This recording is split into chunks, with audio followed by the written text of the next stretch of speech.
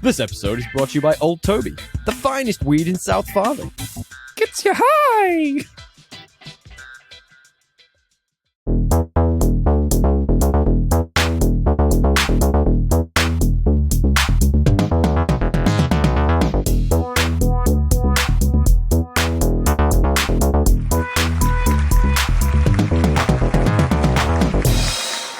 Hello, and welcome to the 150th episode of Podcast Assemble, the show where you've been coming for a century and a half for your random geeky download. Maybe not a century and a half, that's a long time. My name is Tommy, and I am delighted, as always, to be joined by my friend and co-host from across the pond. It is our resident goblin bred with an orc of the pod, DL. How are you, mate? I'm good, dude. I'm out in the sun. We're here. We made it. Yeah, I'm out in the sun, baby. It's 150 episodes, baby. Let's hit it. All right, let's do this. You ready? Yeah. Bring the energy to me, big guy. Let's do it. Show me some Christopher Walken. Your father's watch. Yeah, that's what This is your father's watch. He had it in his asshole. The Japs were coming. Isn't that what he says? So what he had to do? He had to stick it in his ass. Man. Huge mane. So hot. So hot. She's just not even literally masturbate on the beach, reading Red Rising, naked in the sun. I love that that's the moment I started the recording. At the nude beach. Not on the nude beach, just on Bondi. No, that's too much. Why not? Dude, the funniest part is that, like, why is it all me? I was gonna say. Sorry, one sec. I had, like, this thing in my mind. It's a good one for the outtakes. It just evaporated. The outtakes show. It just happened. Am I being happened? Yeah. Right, let's raise our energy, DL. Shake it for me. Red leather, yellow leather. I started to watch like comedy bits before we do this. New York. The arsonist had oddly shaped feet. The arsonist had oddly shaped feet. Yeah, you're much worse at that. Audrey! It's because of your shitty accent. Wow. I love your accent. Wow. It makes you sound kind of dumb. Just fucking This guy. Holy fuck. It just makes you very hard to understand. For who? For anyone that speaks clearly. Because anyone who speaks Klingon. Klingon. For anyone that speaks English. 3, 2, 1. That's so good. There's at least three seconds there, maybe? No, I got it right at the same time. My internet's better than yours. Ha ha ha ha. Wow. That's cold. But also probably true. Our internet sucks absolute donkey dicks. Weird flex. My internet's faster than yours. My dad could beat up your dad. Well, I mean, maybe. Nah, no way. My dad couldn't beat up shit. I feel like shit's an easy thing to beat up, though. Oh, it's already begun. But how would you know it was beaten up? All right, okay. I'm going to do this before we devolve into nonsense. Okay. Getty. Looks like Javier Barnos is That was Freudian. That was actually Freudian. I'm glad we caught that. Such but a now Freudian we're doing slip. it. It looks like Javier Barnos is about to snort little Josh Brolin up his nostril in the movie. That is the truth of that movie. That is going to stay with him forever. Yeah. I was just watching a thing earlier. It was like how to do an Aussie accent. It's just like when you say an O sound, you replace it with It's like nah. That's really No. nah. Red. Oh, only O. Why did I say red? Why did you say Red. Oh. There's no O sound in Why did I say red? I always used to go water. That noi. Water. That's an A. But that's how I would do it, is my point, not the O. Water. Anyway, I'll send you later. Fire. This is two idiots. That is Aussie. Water. Water. Water. Fire. Gotta be nasal as well. Fire, right, mate. We need fire. And I enunciate. Do you want to enunciate for me, big guy? Yeah. Red leather, yellow leather. Red leather. Unique New York. The arsonist had oddly shaped. He's done that twice. He did. He just get rid of that one. You know what's so funny? When you called me, you know when I called you the other day to be like, we can't go to Bondi Junction. Yeah. Yeah. You were like, okay, see you later. And you must have thought you hung up the phone, but you didn't. Why? And I could hear you being like, hey, do you guys sell sake? I was like, no, man. He's obsessed. So obsessed with sake. I think you're louder than through me. a phase. It's because I'm a very, very empowered individual. I hope so. I hope And you feel empowered. I have a diaphragm of champions. And of Interesting. champions. 4 champions. 4 champions. Not of and them. champions. They're all up there touching your diaphragm, aren't they? 4 and of. All right. Hello, and welcome back to another episode of Podcast Assemble, the show where you come for your rambling, geeky download. Hang on, this again. Oh, why don't you go, Christmas. yippee-ki-yay, motherfucker? Is that how it starts? I don't know. But you should.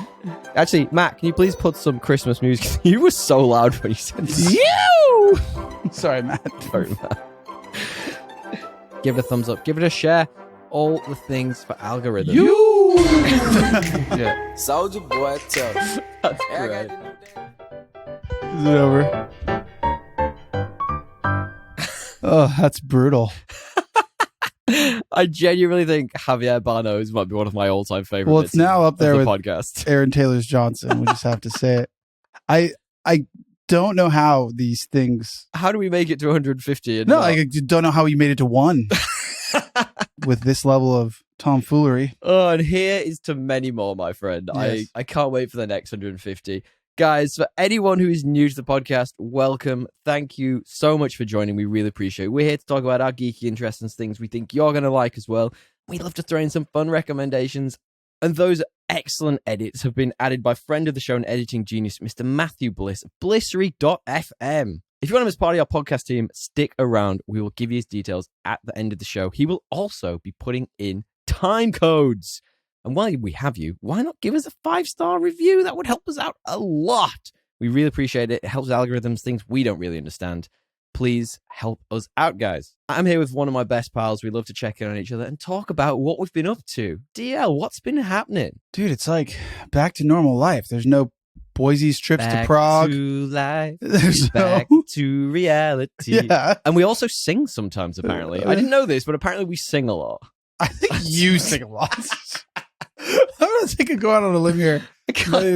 I may sing occasionally, but yeah, like I can't help myself. I haven't been singing, dude. I've been depressed, man. We're back. There's no Lake Como sunsets, Oh, no cocktails. Oh, you didn't go to Lake in Como. Why would Greece. you put I'm a talking sunset? about you. Oh, yeah, I had a great We're time.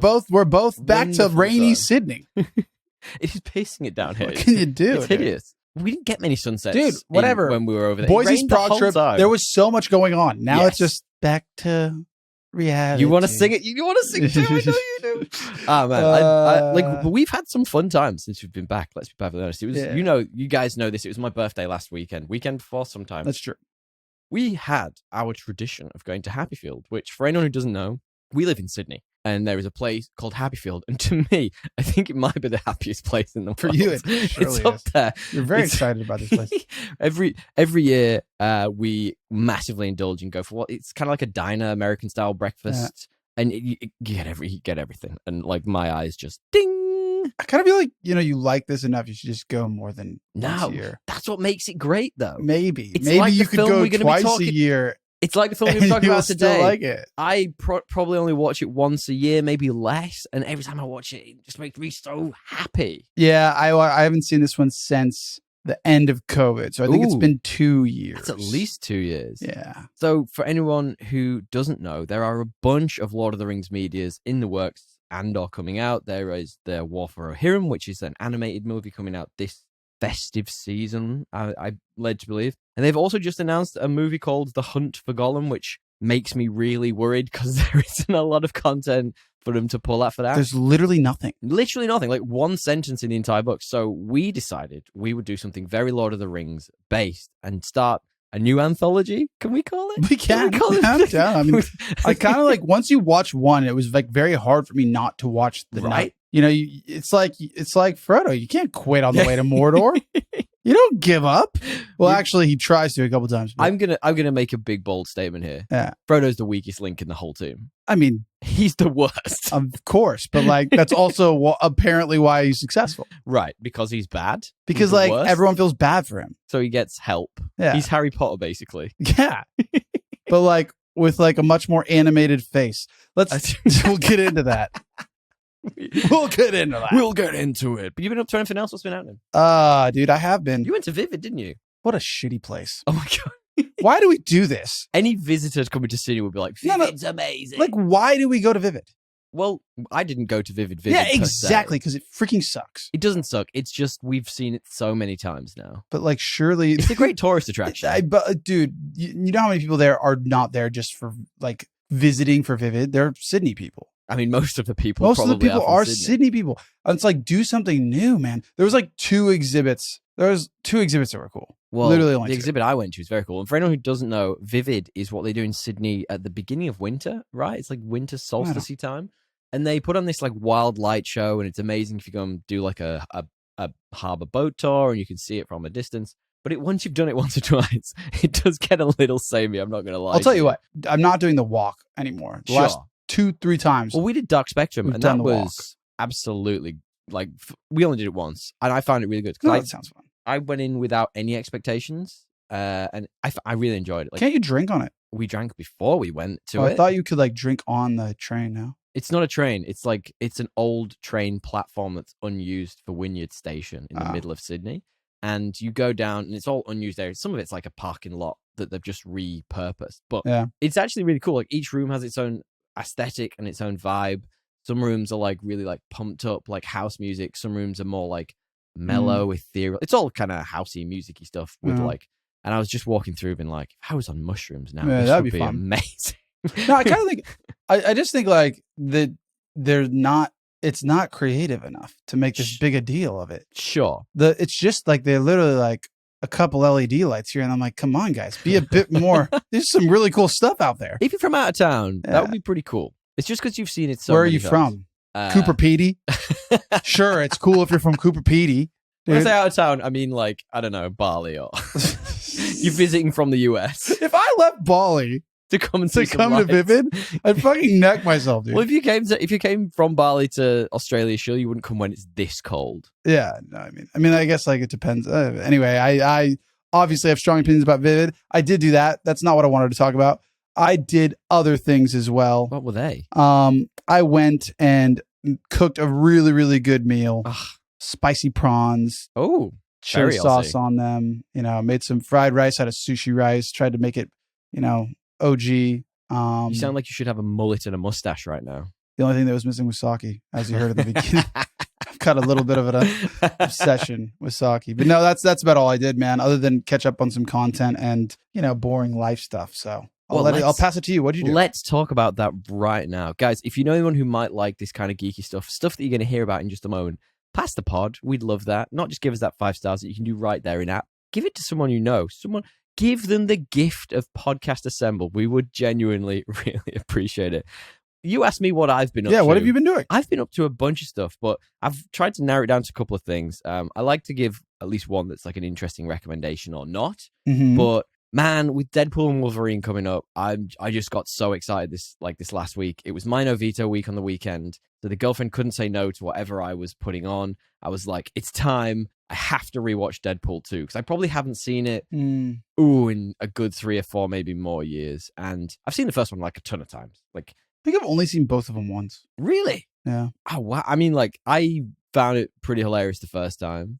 And I don't know, something about it, like, it got me the second time round. I'd forgotten how funny I found it. No, it is good. It's that Ryan Reynolds humor, man. It just really, like, gets me every time. And well, he is Deadpool. He's literally changed his whole, public personality to this character. He's kind of put his own twist on it, which I like. It's not like the comics entirely. He's got a lot of the comic elements, but I just love that his whole personality is this now. And if he ever stops and he acts normal for a minute, everyone will be like, stop. Yeah, go back to the old you. Be funny. Yeah, go back to the old you. No, that's good. I'm glad you got that in. I had the opposite, dude. I kind of just caved all week into movies that... Like what? Like there was a bunch of movies that... I highly recommend go checking out Deadpool 2 if you haven't. Yeah, sorry about that. It's like 10 years old. You should know. Yes. No, there's just a bunch of like new kind of, not rom-commy, some of them were. Okay. That are just like hit Netflix that like, I was kind of like all right with watching. And I was like, you know what? I'm going to be nice this week. I'm going to let her choose her thing. So we watched Pretty Woman. Now wife. Yeah, the now wife. Exactly. Maybe I've just turned a new I'm leaf. seeing that ring. It's shining at me over there. It's beautiful. It's a beautiful thing. We watched Pretty Woman. A classic. Phenomenal movie. Good movie. Richard Gere looking all sexy pants. Yeah, I mean, that's not who I was going to describe as sexy pants. We Julia I Roberts. thought that was obvious. I didn't feel like I needed to say that. No, one. they're both. They had good chemistry. They do have good chemistry. I forgot how good that movie is. I've seen it once. Phenomenal movie. Yeah, I saw it a long time ago. It's one of my really underrated. One of my mother's all-time favorite movies. Yeah, it makes sense. Or at least it was. Little Miss Sunshine. Did I talk about that last week? I don't know. Little Miss Sunshine. You never seen it? Okay, No. it's on Netflix. It's or it might be on Disney Plus. It's a really, really heartwarming movie. It's a wholesome film. It's a good one to watch with a partner. Who's in it? Steve Carell. Okay. Or early Steve Carell. I think Steve Carell. Start of hair transplant, but not fully.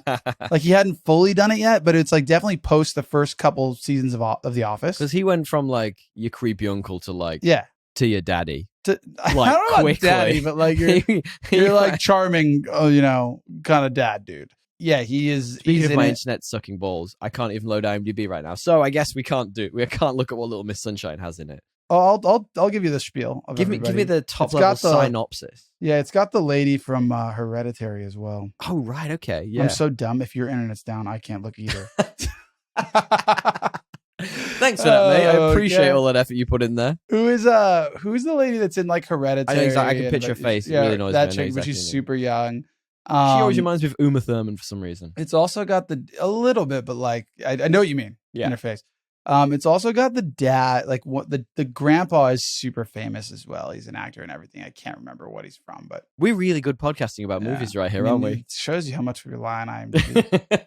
Actually, what am I doing? I have a cell phone. You can literally use that right now. Although you can't get signal in our apartment for some reason. I do. Would you recommend Little Miss Sunshine? Oh, it's a very famous movie. I think most people would have heard of it, and I 100% would recommend it.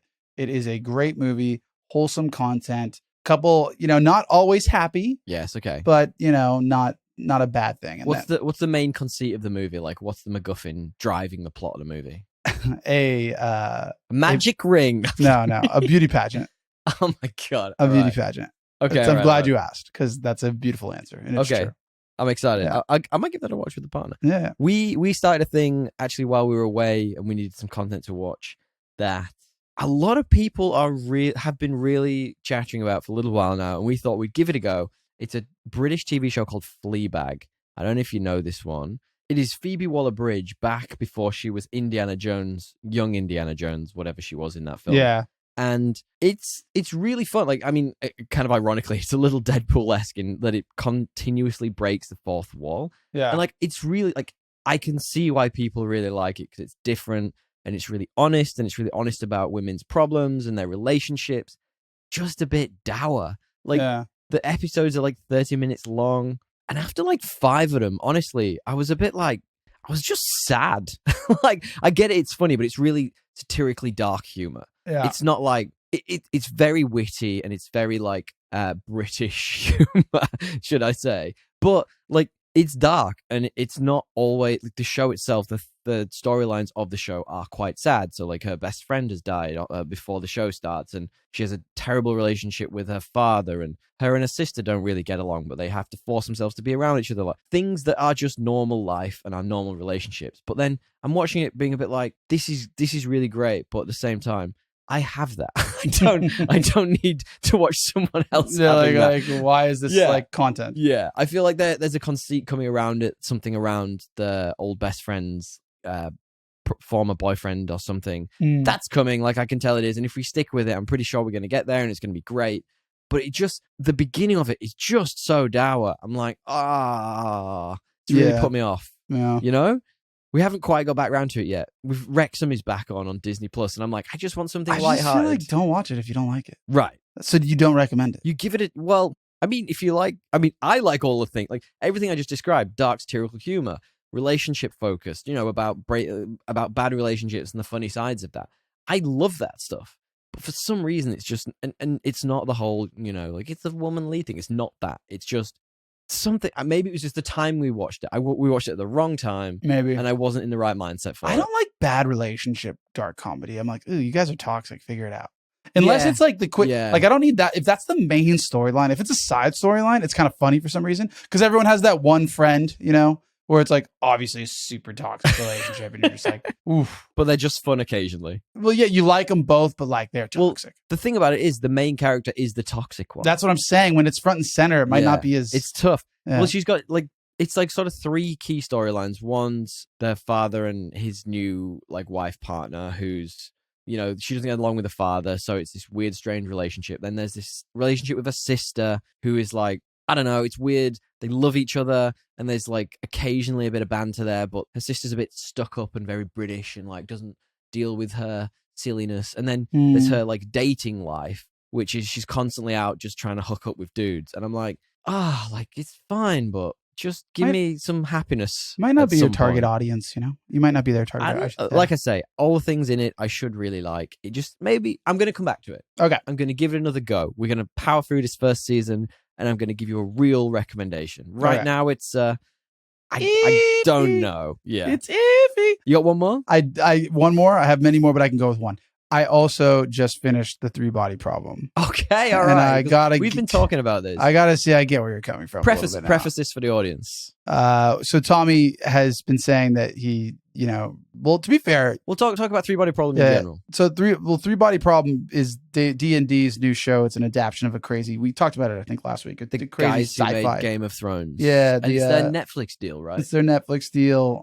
Everybody was wondering what they were going to do. There was a little bit of a period where they talked about Star Wars, and they got fell signed out. on to do Star Wars. It feels like either they bailed or they're saying they bailed, and Star Wars was like, "Nah, you fucked up, Game of Thrones." I think it's Disney, unclear. I think Disney lopped that head right off. But this is what they chose. They chose to adapt this like really epic trilogy that's Mandarin. It's a book, right? Yeah, I think it's more than one book. I think it's like 3. Yeah, it might be 2 it's a trilogies. series. Yeah.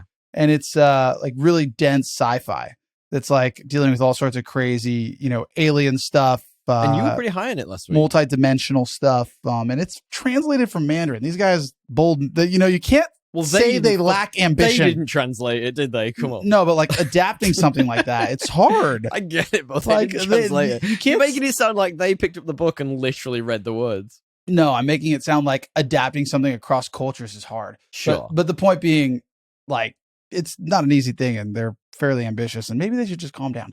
But I've been watching it, and I've actually enjoyed the concept, and it has its flaws. And I was up to episode, I think 7, and I was pretty high on it even at that point. And Tommy even off it since like episode 3. No, I got about 2/3. So what's 10 episodes? Not even. It's 8, I think. Okay, I got to about 5, and I was like, this hasn't progressed the story enough for there to be an ending which is going to be satisfying. And I could just tell at that point, this whole season is just going to be a massive dick tease. Well, that be that as it may. Yeah, I'm right. No, that's not actually my problem with it, because I was intrigued by the mystery for most of it. My problem with it is the final twist of the season, which spoilers for 3-Body Problem season 1. Would you recommend before you say that? I still would recommend it. Okay. Who cares about this guy? Who? The guy that becomes the main focal point at the end of the season. No, he's awesome. He's the best one. No, the black guy. What's his name? That becomes the wallflower or whatever they call it. What do you mean? The main black guy in the last episode. The big twist is that like he becomes integral to their plan by being elected as like. I totally forgot about that. That's like the worst part of the whole show. It's like this guy is so boring, a know-nothing character. And then, like, this is how little I cared about that show. I completely forgot about one of the main twists. That's like the biggest twist at the end. Yeah, it's like this guy that's kind of been along for the ride, kind of just like a fuckboy, like smart scientist guy who's like probably just making money as an engineer somewhere, but not really doing much. Becomes like integral to their entire strategy, largely because for some reason they found and caught that the alien race tried to kill him. Right. And so they're like, we have no idea why they tried to kill you, but we know that they did.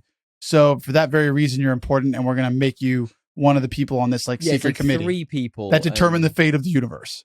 Everything they say has to be done, and everything like if they try and get out of doing this, people take it as they can't be. Basically, it's like we don't know what's going to happen. This is going to be a 400-year journey. Yeah. And these people are the ones that we're electing to deal with this problem.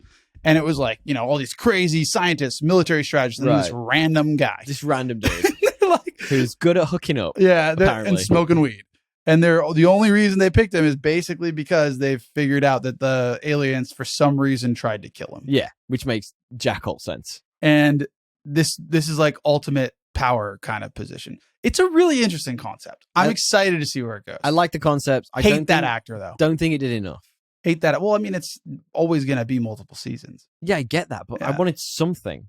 Anything. You got something. The bit at the end aliens when are they go out and they're like, look at the cicadas. I'm like, this is nonsense. Oh, that shit was dumb. I was like, it's not even, it's like bugs or like, I get the point, but it's a bit on the nose. a metaphor. Oh, it's not even a metaphor. It's like, it's a bit on the nose. we get it, dude. We get it. I felt like the performances were pretty wooden in it. Didn't look like only really good story arc in it was the black dude and the guy with cancer who they're both physicists. Well, the one dude's a physicist and the other one has become a teacher because he fell out of love with physics. And that's the only interesting story where they're navigating this path of my life is going to end. Like, what are the things I would do? It's almost the question of like, if you got as much money as you could possibly want, but you only had like 3 months to live, what would you do? It's not almost that. It's literally that. And that's the interesting part. I was because he's not going to live to see when these aliens get here. It's just whatever. And then that whole story culminates with him being like, yeah, I'll live for the next 400 years. Cool. Not cool, really. cool. They'll just like, they chop off his head and send him to, he's dead. But like, they just figure that he's living. No, they're just like, I guess that maybe they'll be able to rebuild you. Maybe it's they like can a pretty rebuild big him. leap. Yeah. Like, and no, dude, that's not the best. The best storyline is that's my favorite one. That whole like, I mean, that one's metaphysical, like ruminating on life and what it means. That one's good. The old Chinese lady who discovers the aliens, that one's good. Yeah, of course. I also like Liam, whatever his name is. No. Davos Seaworth and Wong. They're great. I know you like Wong. They're great. Overall, the story was good. I just didn't love that twist. And because it means that this guy's going to become a main character. And he's just kind of like not an interesting character. I feel like he's got more potential. I feel like maybe just that's high the whole point. Time. Maybe that's the point. They're going to like really, but I just don't know if this actor's up to the task. Sure. I feel like he's not really a drama guy. He should be more of like a stoner comedy guy. Maybe. But then like some of those guys went on to be like the greatest actors. You look at like Jonah Hill. Great actor, started as a stoner comedy guy. Look, I mean, who knows? Who knows? Are you betting on that? No, my point is, I'm not. My point is, he's boring. But the plot is good. If they were to shell off some of the cardboard pieces of this show, so we're talking about she's already gone. Is she? I mean, she quit. Right. If they get rid of some of the side nonsense in the show, I hope she's gone. I didn't love the VR headset thing. Like, it was interesting, I suppose. Addiction, whatnot, but like, unless it has some integral part of the show, like maybe it's the aliens learning from them. Okay, great, but what are they learning? Why are they doing it? That didn't make a lot of sense. There's no point in that. And it's a mystery, Thomas. The Kiwi actress who was in that. They just need to get rid of some of the chaff and focus on one or two really good characters. I think I agree with the character part. I think the headset thing is like, obviously there's still stuff you're going to learn. Like that's how they communicate with them. Anyway, I would recommend it. I would recommend it. Yeah, you'd recommend it. Overall. I am massively on the fence. Like, I feel like D&D had their day and they spoiled it.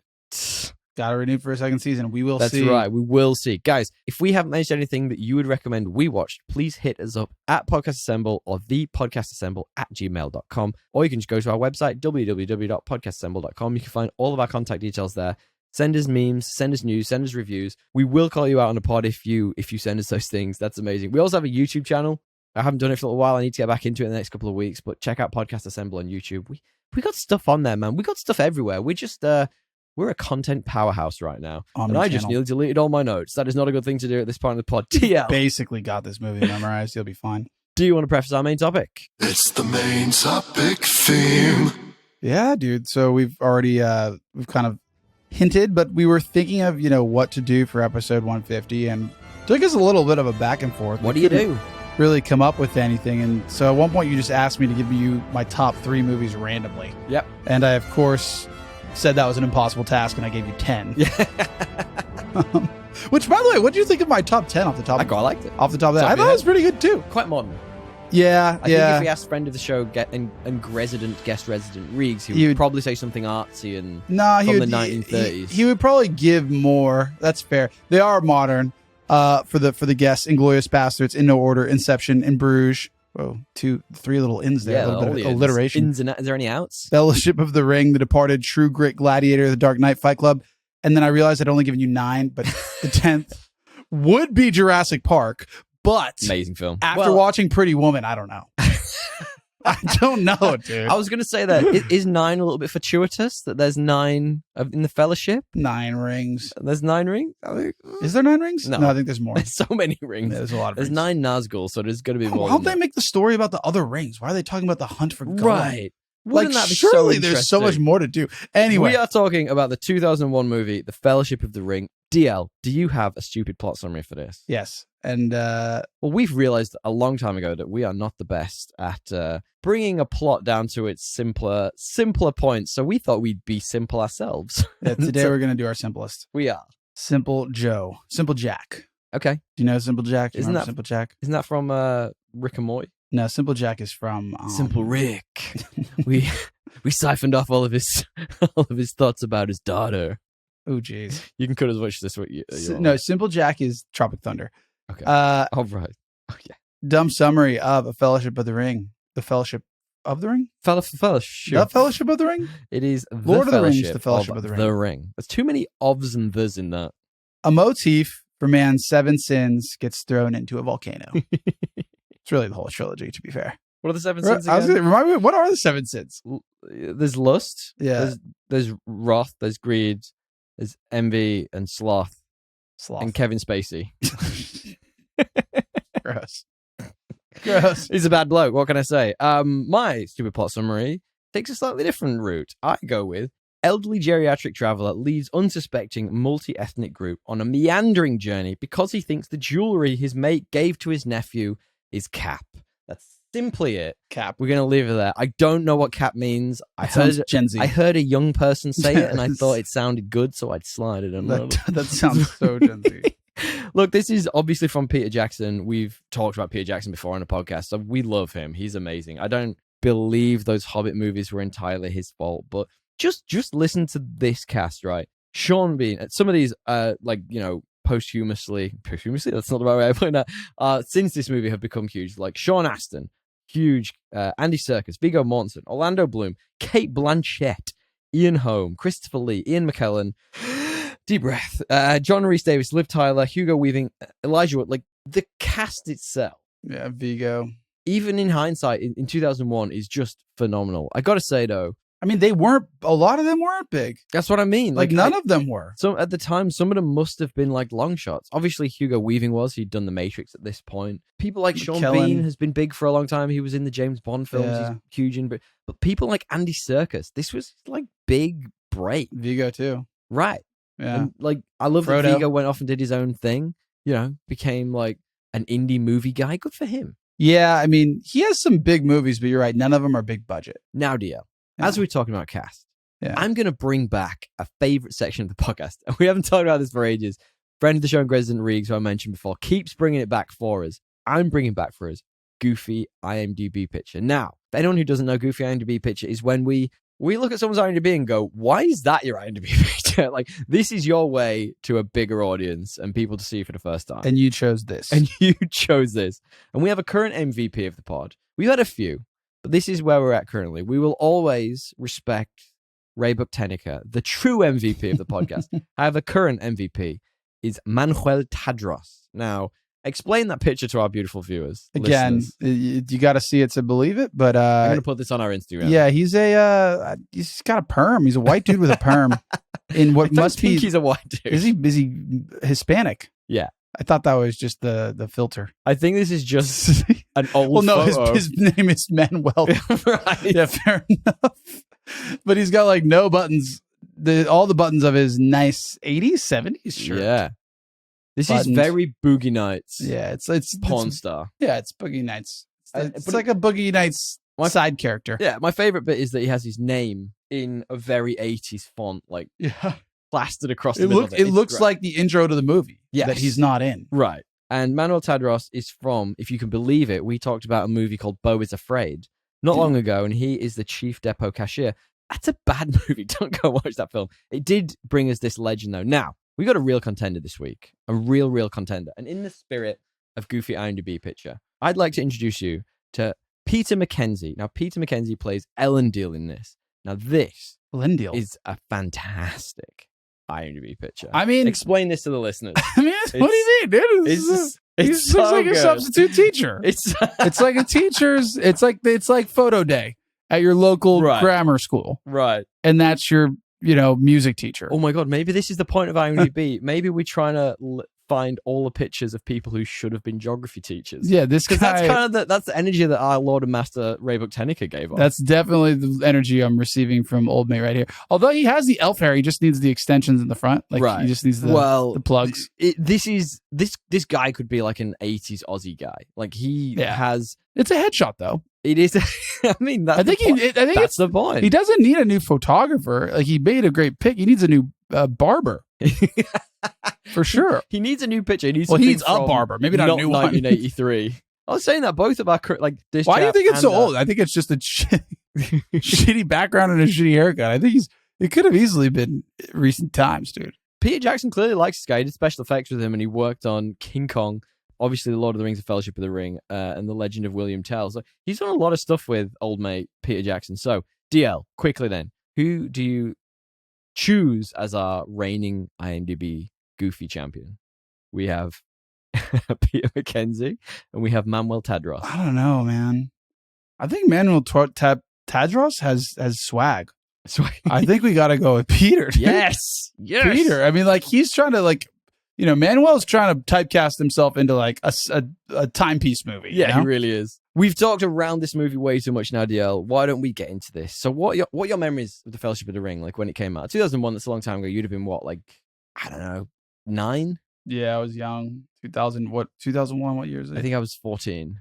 Yeah, I mean, minus, what is it, 23 years. So about 9 or 10, yeah. Yeah. God, I'm good depending when it came out. I don't, dude, honestly. I'm a gun at math. I don't know where it's going. I do remember, I know I saw like Two Towers and Return of the King, I'm pretty sure, in theaters. Right.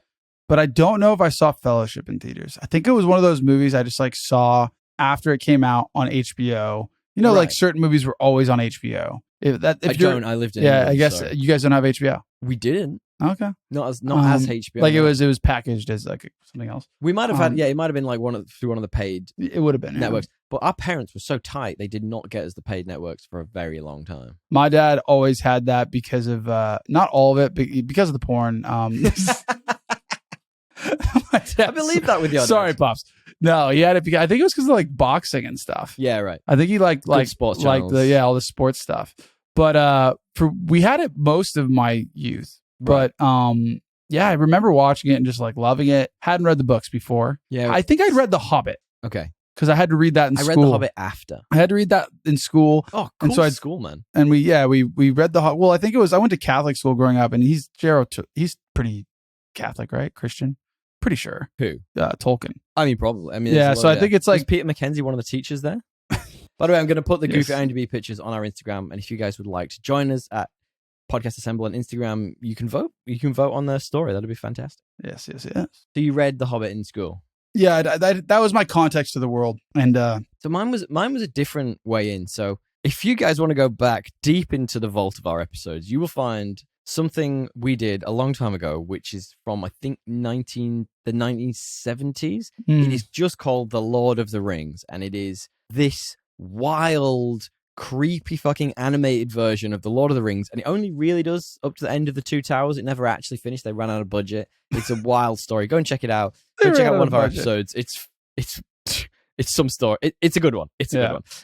And so I'd seen that when I was way too young to see that, probably in like 4 or 5 or something.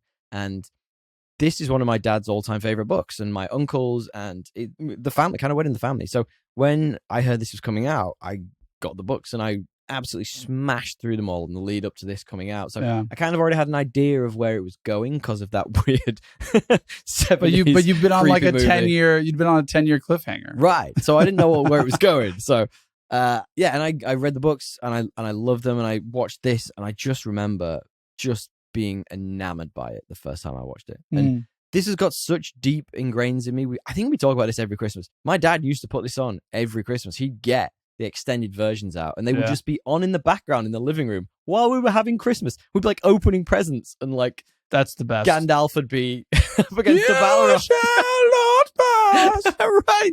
So it was like, it was this weird juxtaposition in my mind of this action fantasy thing and me trying to open it. Anyway, I love it. I love it. I love it. And I think what works for me every time I see it is just how iconic the whole thing is. From the music to the landscapes to the scenery that you like, the actors, it's all so perfectly cast, like the whole thing. And I watch it, and I put it on, and that initial Hobbits, the Shire theme hit. Oh, it's the best. I'm not a teary guy, but I got a little bit teary. Dude, Gail, like, even like, she like pretends she doesn't like this, but it's like one of those reality shows that she catches me watching sometimes. Right, when it's on. Yeah, like her eyes. But like, because she like loves the music, loves the vibe. Right. She like throughout, she's like, I'm not gonna watch. I have shit stuff to do, but like, it's your movie, you can watch it. And like, I caught her watching like halfway through, and as soon as the music came on, she was like intrigued. But no, totally, it's super meaningful to a lot of people. I think the first time I saw it, actually, I do remember liking it, but I remember getting a bit bored at parts and like falling asleep. I was young. And then I remember rediscovering Mine it. is pretty young. I remember rediscovering it later. Right. And being like super obsessed with it.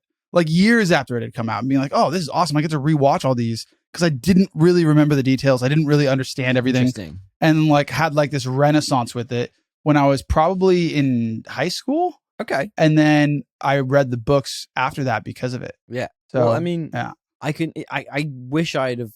So this is one of those movies. We've done an episode on things we wish we could wipe from our memories and come back to completely fresh. Yeah. This is one of those. Yeah. Hands down. Not around Kevin Spacey. Would love to just wipe this from my mind and come back to it. And I mean, like, we're probably going to be a bit fun about this. We're not going to say every single detail about the film, but technically this is just an absolute marvel. Like everything from Peter Jackson, that's his new name, PK Jackson, opting for like practical effects where possible to the point of insanity, like the forced perspective.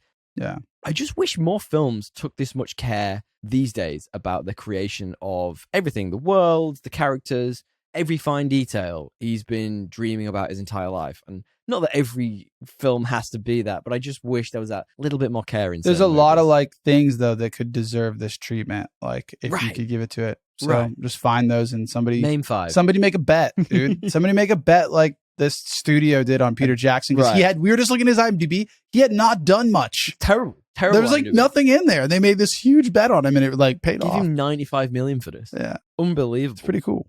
Like the movie itself, it starts super strong, but I've got to say, like, this movie is a much shorter movie if Isildur just does the right thing and throws it in the river of fire straight away. I mean, yeah. Right? Yeah. It's like... But man, it's weak. Yeah, I mean, it's an episode of Curb Your Enthusiasm. if Isildur throws it in the fire. No, he's weak. He's a weak man. He's the kind of guy that'd be on OnlyFans. Like not like on it, but like paying for it. Paying for it. Yeah. Isildur's paying for it. The OnlyFans. Let's talk then a bit about the world. I just love the world they've built here, and the progression of this in terms of the hero story. Just this siloed movie, I absolutely love. So going from how it escalates in terms of the threat and also the everything Frodo's going through.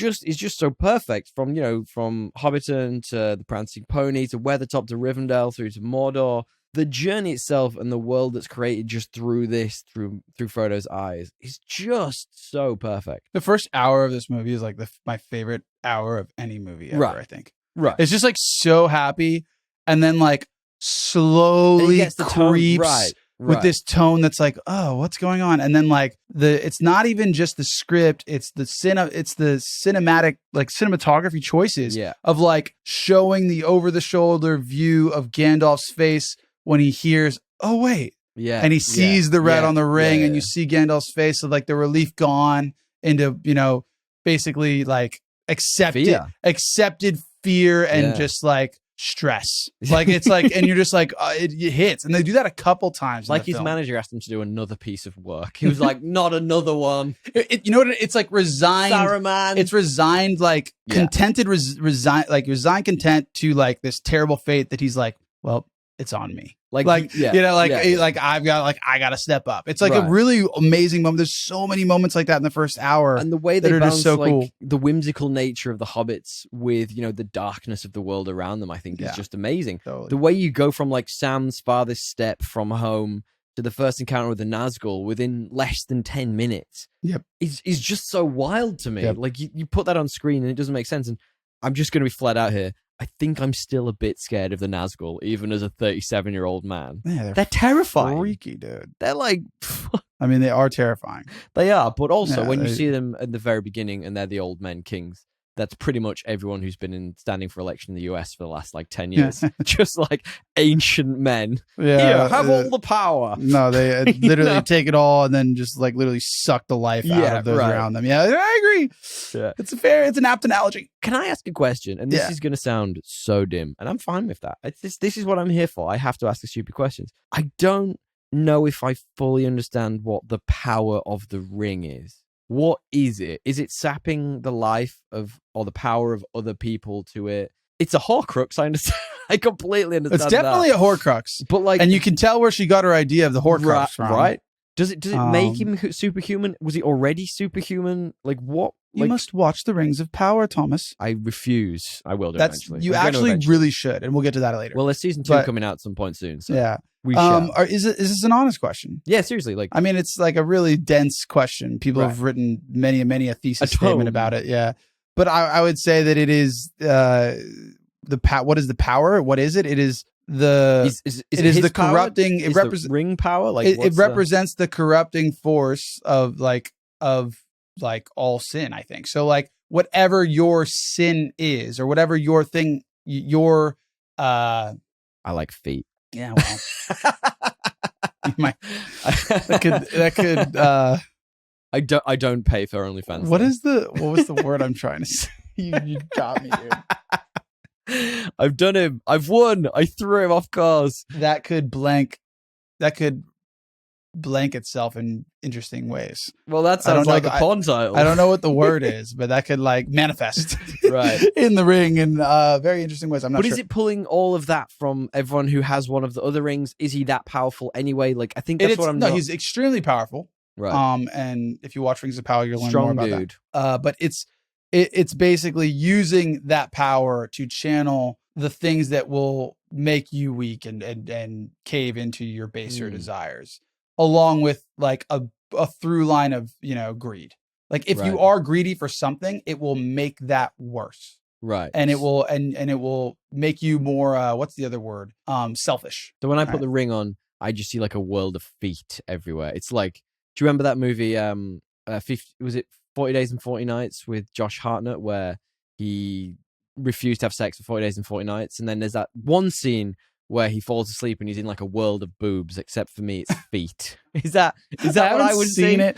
I think there's probably a lot of Lord of the Rings people will be like, you just butchered that explanation Yeah, I to know. both of us. But that's what it represents to me. I Right? get it. Like Okay, the corrupting power, like the corrupting force of like greed, power, sin. That I understand. Compromising that your I weaker completely point. understand. Yeah. And what I think I've always struggled with here is like, because when you see Sauron at the beginning, he is, nerds are going to kill me for that. And he's at his pomp, right? He's at his strongest. Was he always that strong and he just put some of his power into the ring to Horcrux it up, half and half it? Or was he strong and then everyone else having their own rings, Made him stronger. He took power from them Made him and made stronger. himself. He's able to use with the people that wear the rings. He's able to like tap into their power as well. He will rebuild. That's why it's like a trick.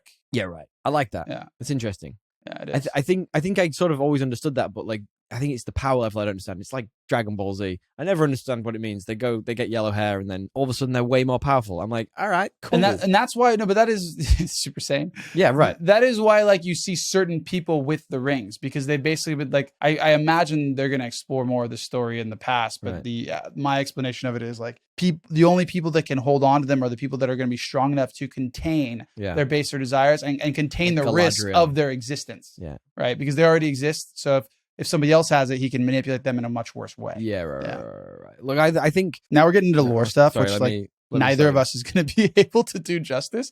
So why don't we just talk about the funny shit? I mean, like I was going to say, one of the things I genuinely have never liked about these books or the films or any of the weird singing? 80s cartoon It's Galadriel, and it's interesting to talk because we were talking about performances a little bit there. Like, I really like Cate Blanchett in that role. I think she's fantastic. That whole scene, I just think it slows the movie down. I've never enjoyed that, but perfectly cast. And I mean, a perfectly cast film, to be quite frank with you, like Gandalf. I like that you mentioned there about people being disheveled, like Gandalf being disheveled and like Saruman being disheveled. It just makes so much sense. Where you see movies, everyone has to have perfect hair. Like this, like at the beginning, Gandalf looks like shit. It's great. It's fantastic. Even Aragorn, acting. Like he's like kind of ruddy. He's like greasy as fuck. When he starts up, I'm like, Jesus Christ. Yeah, hasn't had a shower. You should be on a list.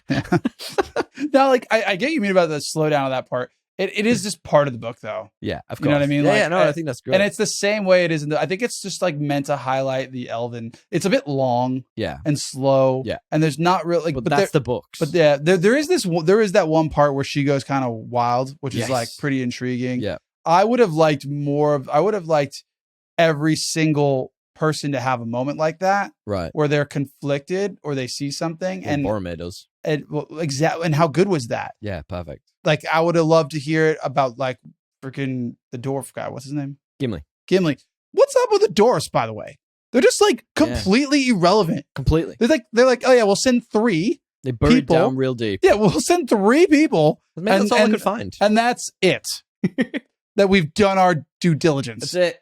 And so like the best one. But that would have been a good way to explore like some of the other parts of the world. But maybe they don't do that in the book. I don't really remember. Anyway, now I take your point, but overall, hard to find faults with this movie. So let's get on to the funny stuff. I gotta say, I most closely identify with one single character in this movie. Yeah. It's a very simple character, and it's just the Hobbit who, when Gandalf walks in, he looks really suspicious at him, and he's like, But then when the fireworks goes off, he's like, yay! That's me. That's literally I identify with fucking Pippin when he's like, is it Pippin? When he's like, it comes in pints. Yeah. I'm just like, anytime there's a pint, I'm like, yeah, a pint. Yep, do it. That's for me. Thank you very much. Of course. Just like I say, the whole thing is really beautifully casted. And I sort of touched on pacing there a little bit. I think it is long, and you make that point. I think you're absolutely right. And I think the one thing I like about the length of it is the temptation of Boromir and how the through line, the whole movie. The whole movie from the moment they get to Rivendell, it's perfectly executed. I think he does.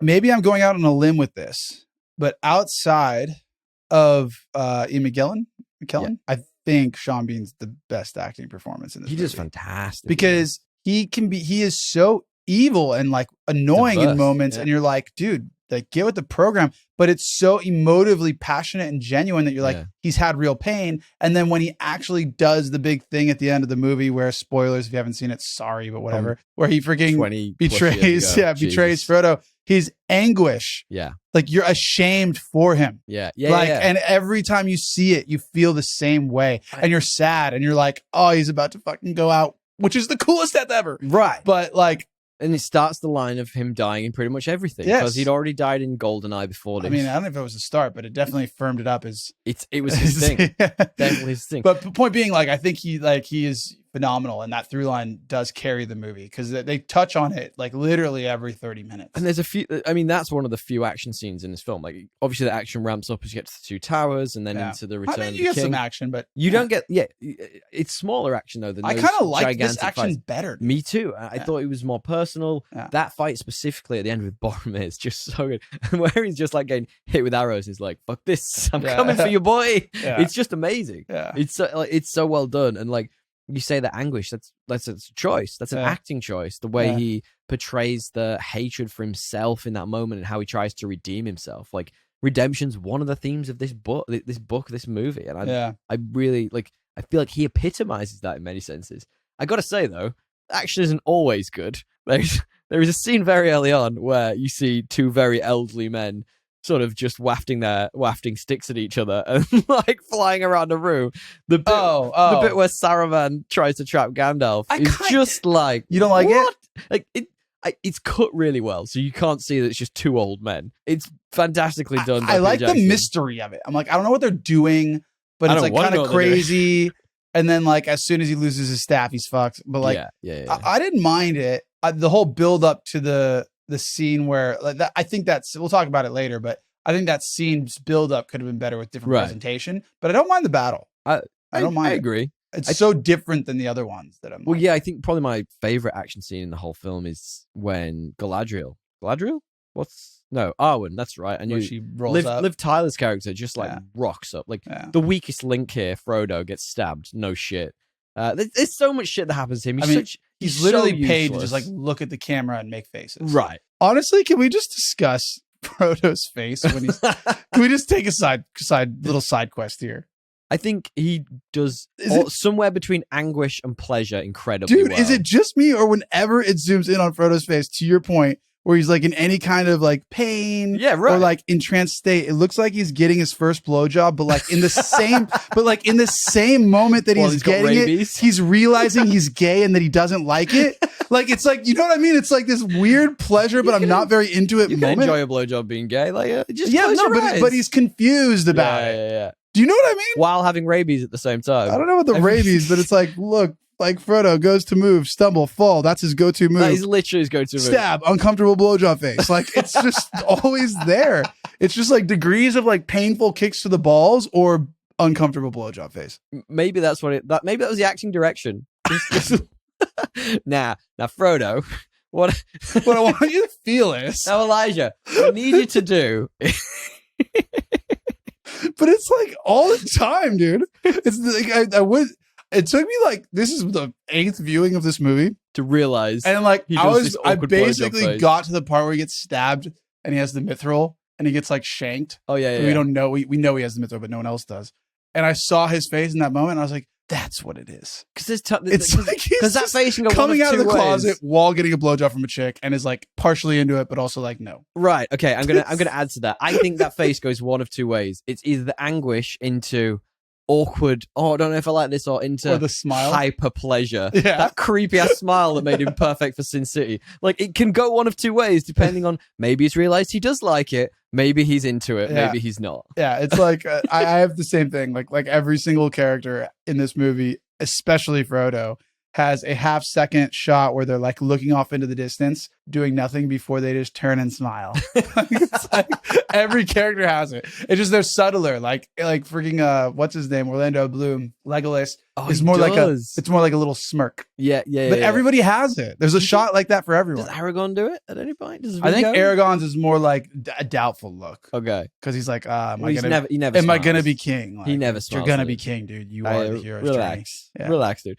Well, like going back to the original point, I think that action scene where Frodo's making the uncomfortable blowjob face, Yes. where Arwen rocks up because they're obviously moving too slow and just like whips him away from the Nazgul. And Dude, she's a rider, dude. that face is Equestrian, getting bro. more and more uncomfortable the whole time. Yeah, he's But maybe he's giving the blowjob. in that and he's moment. not sure. In that moment, he And is. he's not sure His if he eyes are likes it. rolling back, bro. It's like, do I like this? I'm not sure. Like, oh, I'm gonna Let carry me. on anyway. Here's how I can figure it out.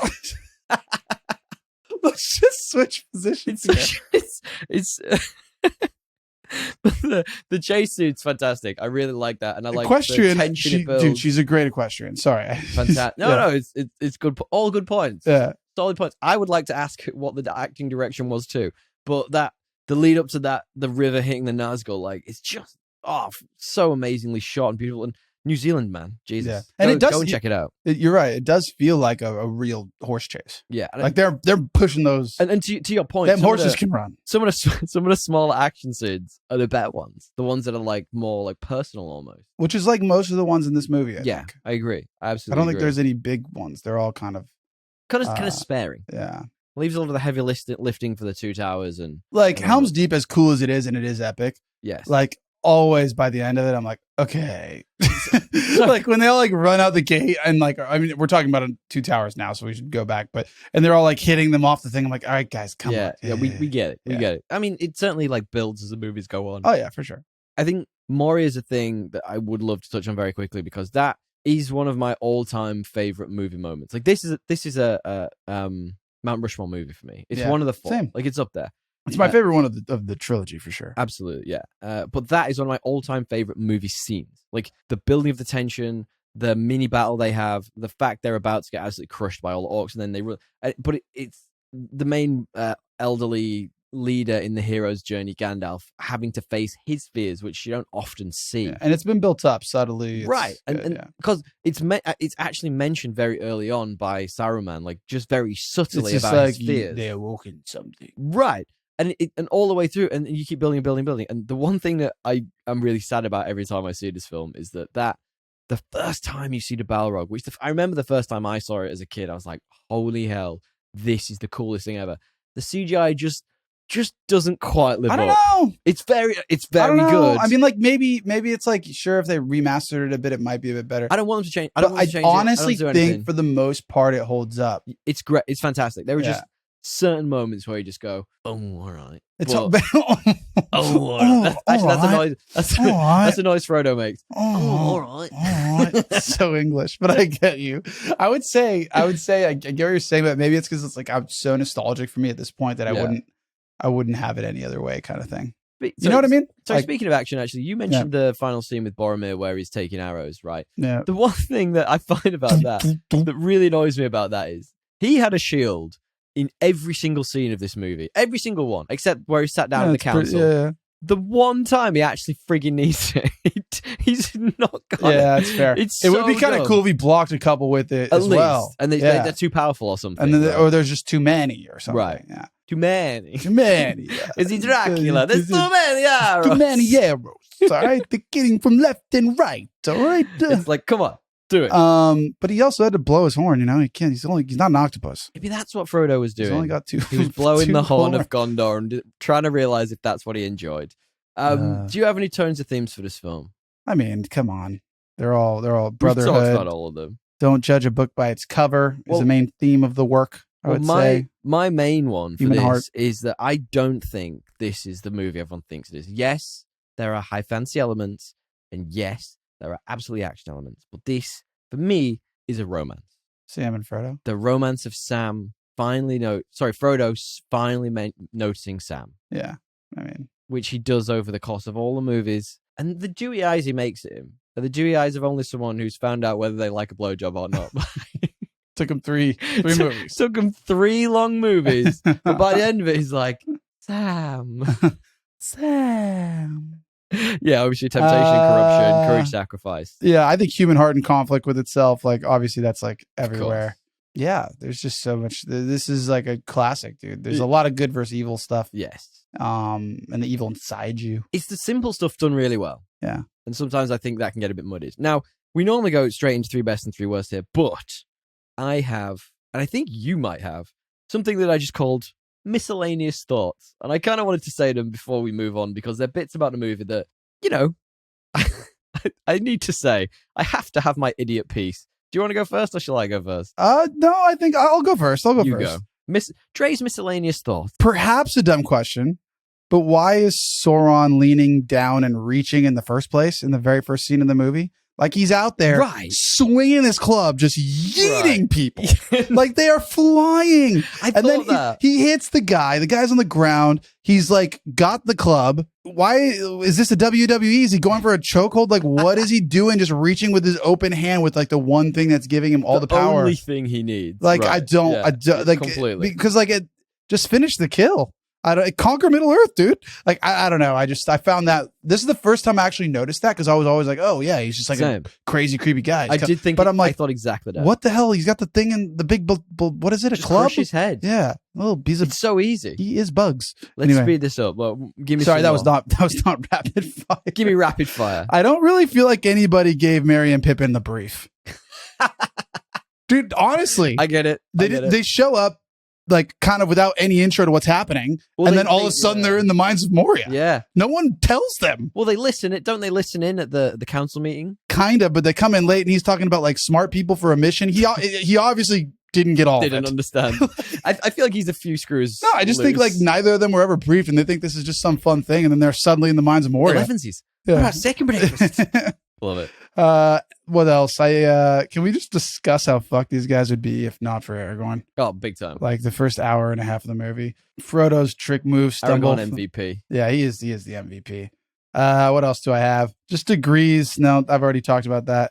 Well, yeah, and then I've got more about the dwarfs. You go. What are your miscellaneous quick fire thoughts? Okay. Yeah. I've got, do you think the elves all wear that those like Hugh Hefner type pajamas that maybe he threw out one day in when they go to bed. Just a thought. Silk for sure. Right. The fact that there are 9 companions and not 10 really sets my OCD off. That's a problem. Just take one more with you. Like, I don't care who it is, take it with you. There is 10. Who's the 10th? Gollum.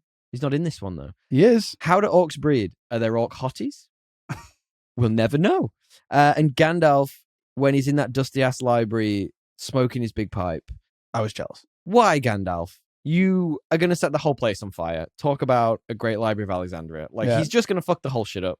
And then no one will know. Gandalf. Yeah, fair. And that's our miscellaneous thought. What we do now, guys, is we like to give you 3 reasons you might want to watch this movie and 3 reasons you might not. We call it 3 best and 3 worst. And yeah. Yes. What are yours, my man? I mean, there's so many to think of, but miniatures, prosthetics, art design, CGI, everything like that. And one holds up. It's awesome. Phenomenal casting and adaptation choices in the actual script, but also in the cinematography, like the Gandalf shots of like when Frodo says, "I will take it. I will take the rings of Mordor." And it's just, again, with the over the shoulder, beautiful. The choice to not include Tom Bombadil. Yep. To not include him. It's a big choice. It's a big choice. Many fans are very upset by that. I think it's the smart choice. I do too. It slows the book down hugely. It's so fucking random. It's such a weird character as well. The first hour of this movie, I just fucking love. That's all my third one is. I just fucking love it. I also have casting. I have the music. It transports me to a place and a time where I just feel like the world was bigger and you could just walk somewhere and you'd be in a whole new world, a new place, or if the world's getting smaller now. Yeah. That music, if I put that on my phone or whatever, I think it just changes me somehow. And my final best is just the simmering lust between Sam and Frodo building just across this whole film. Not even this film, the trilogy. I just can't wait for the day they finally settle down together. And worst? Unfortunately, spoilers tell me they don't. It's a tragic end. That's the tragedy of this whole story. It is. They don't end up at the end. I have one that is legitimate, and the rest that are kind of just like, that's fine. Chitter chatter. I got to be honest, Saruman is just too evil. It's pretty predictable. Like there was a line. The predictability of it. There was a line that Frodo says right before you're introduced to Saruman, actually, or it might be after, but I think it should have been before. Yeah. This is my tweaking of a masterpiece. Where he says, when referring to Aragorn, I feel if he were an agent of the enemy, he would look far nicer and feel far fouler. And like to point out that like Aragorn looks like shit and he feels like he comes off as nice. Saruman. And then no, but I'm like that he's referring to Aragorn in that moment. Okay. And I'm saying like, oh, that should be a foreshadowing to Saruman, who you see in the next scene, who should look more elegant, like Gandalf the White eventually looks. Yeah, right. Look Agreed. more. Because he looks like shit. Yeah, he looks fucking evil. Yeah. Like immediately. and is saying rude things and is just evil from the go. It's Christopher Lee as well, who inherently just looks a bit evil. 100%. I mean, he's a Sith Lord. He literally like looks terrible. The music like changes. It's like so telegraphed what's about to happen. And I find it would be like way more hitting if that betrayal is kind of masked a bit to the first time viewer. Agree. And then you're creepily, as Gandalf learns more and more, you're like, what's going on? And then suddenly like they both have a moment where they realize, and it's less telegraphed. And I completely 100% agree with that sentiment. Would be way more haunting. Now, I will say a big reason I actually enjoyed Rings of Power, and I don't want to spoil it for you too much, but there's a little bit more nuance that comes into the story around the evil in the Lord of the Rings universe that obviously just like only is really present in Gollum. And isn't present in all Sauron, the Eye, and all that. So I've gotten really deep in like horrifically geeky YouTube videos on like the history of it. So like Sauron's previous master and like where the Balrogs and stuff and like how it was There's real a lot of lore. dark age. Yeah. So like I know little bits of that, but I will have to get back into the show. I don't even know that stuff. I just like the way they treat evil in the Rings of Power prequel. Right. And they treat it like Kevin Spacey. Yes. To kick it out of Hollywood. No more Kevin Spacey. No more Sauron. But he don't know why he's back. Why has he been a theme of this episode? Like of all people, you've got a thing, dude. I don't know what to tell you. Just go watch. He's just a bad bloke. Just go watch some. What was that president one he had? House of Cards. House of Cards. Anyway, he. Point being, it's like it's pretty evil evil is as evil looks in this, Right. but I wouldn't change it, to be honest. It's not a worst. I do like the idea, though, of Yeah. Saruman being, maybe a little bit more plush, maybe having brushed his hair and plucked his eyebrows. He could, you want him to be seductive. Evil has to be seductive. 100%. And then my third is having no explanation for why the dwarves are just so out of the loop, other than just like saying they like to bicker and hide in the mountains. It feels like a miss for like expanding the world, but also I guess really does kind of emphasize the truth of what they were saying. Yeah, literally. So it's like, I don't know. It's, toss it up. What do you want with me? I don't really have any. I've just got that fact about the not being 10, fucking with my OCD. Ah, well. Really, like, I don't know why. Perfect film then. It's never like, it's never wigged me out before, but I watched it this time and I was like, just take one more person. They do have it. Gollum was falling the whole time. All right. So what we do now, guys, we like to talk a little bit about the critical reception, then give our thoughts on it too. Not that we haven't already.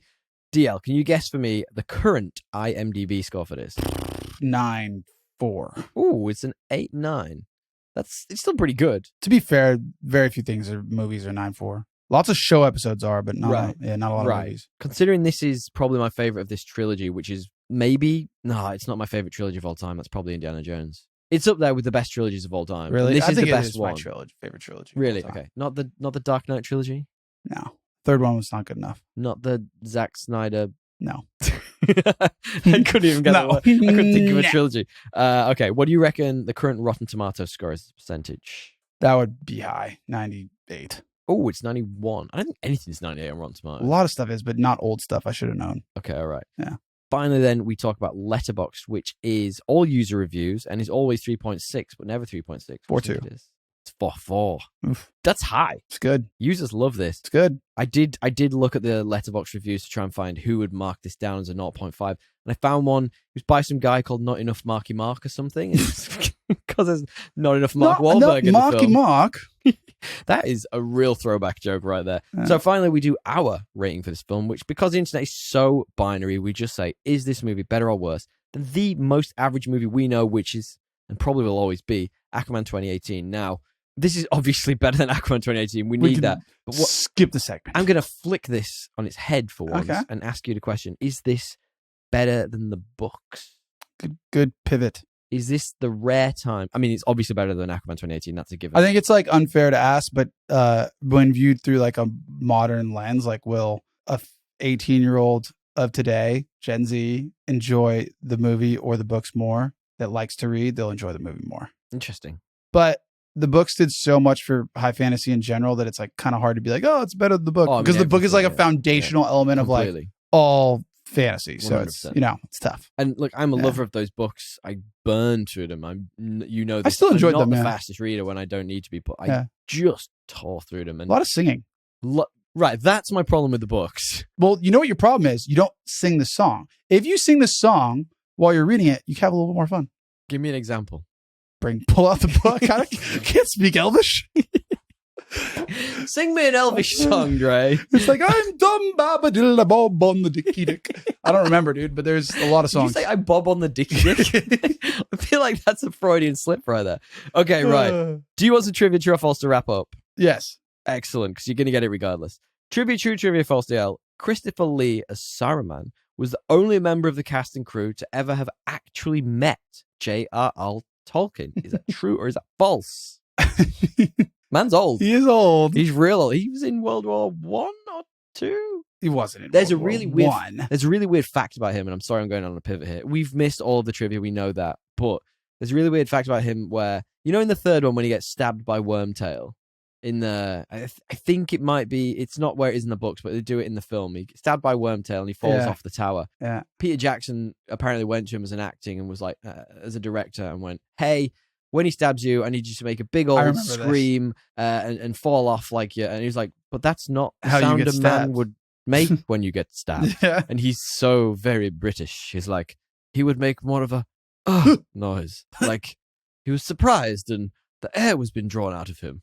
That's a pretty good Christopher Lee, I think. I don't really know how he talks when he's not Saruman. No, I mean, actually, not or like a Sith Lord. He's very intense. Yeah. Because he's killed many Nazis, apparently. Anyway. Okay, so yes, then.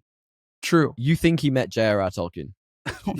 He was in World War One too. You just said he was in World War One. Are you I lying think to he me? was. I can't remember. Okay, then false. False. I smell a lie.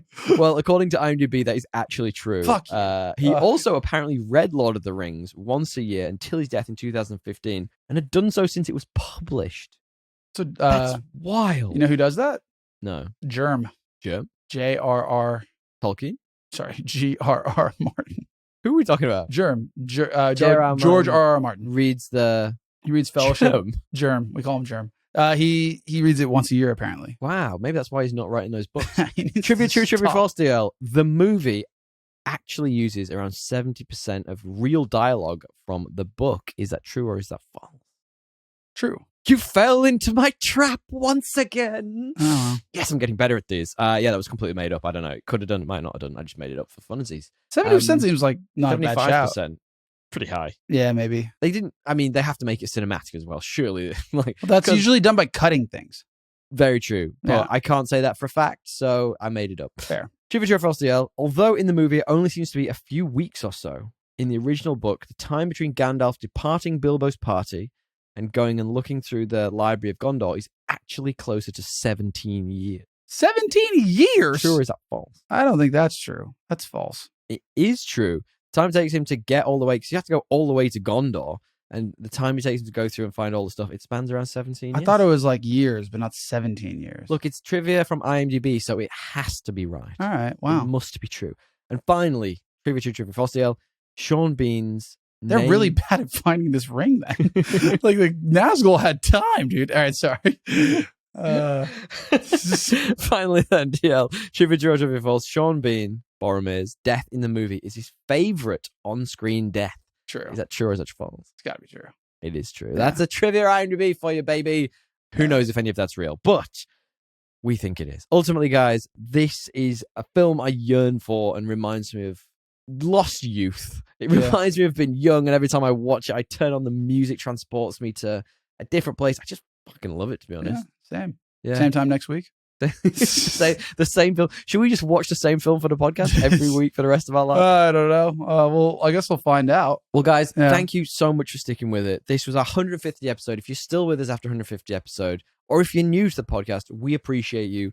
We thank you so much for sticking with it. If you know someone who might like this, feel free to pass it on, pass the pod. We love it. We love it when you do. We do. Do you think they should give us 5 stars, DL? They, of course, should give us 5 stars. It's the only amount of stars to give us. Or you could, as friend of the show Reeks does, get someone else's phone and give us 5 stars on that too. So we get 2 5 stars, and then our stars will go through the roof, and we would That's a good mate. be very happy. DL, do you want to wrap up the show, my man? I would. A big thank you to Matthew Bliss for editing and mastering this week's episode, and that It was a I don't long. well, this one was hard tough, edit. but also that gem in the beginning. I don't know if you call it a gem or a shit stain, but the Of us fucking up, yeah. Somewhere, beautiful we'll call him A, cuts. we'll call him B. if you'd like Matt to be a part of your podcasting team to humiliate you in the ways that we were humiliated, get in touch on business@mbpod.com or head to mbpod.com to find out more about his services. He's also got a podcast of his own, which is a little bit like comedians in cars getting coffee, Oh, but yeah. coffee with a podcaster. There you go. Short thought pieces on topics of podcasting shared over a cup of joe. I think my attention span is so short, which is perfect for me. Yeah. It's probably very wholesome content. It Notice is. the Matthew Bliss. It is. Until next time, guys. Come back, please. It's been fun. The fellowship is officially broken. Until next week. Well, we're going to have to hang this over everyone now and make them come back many more times before we do the next one.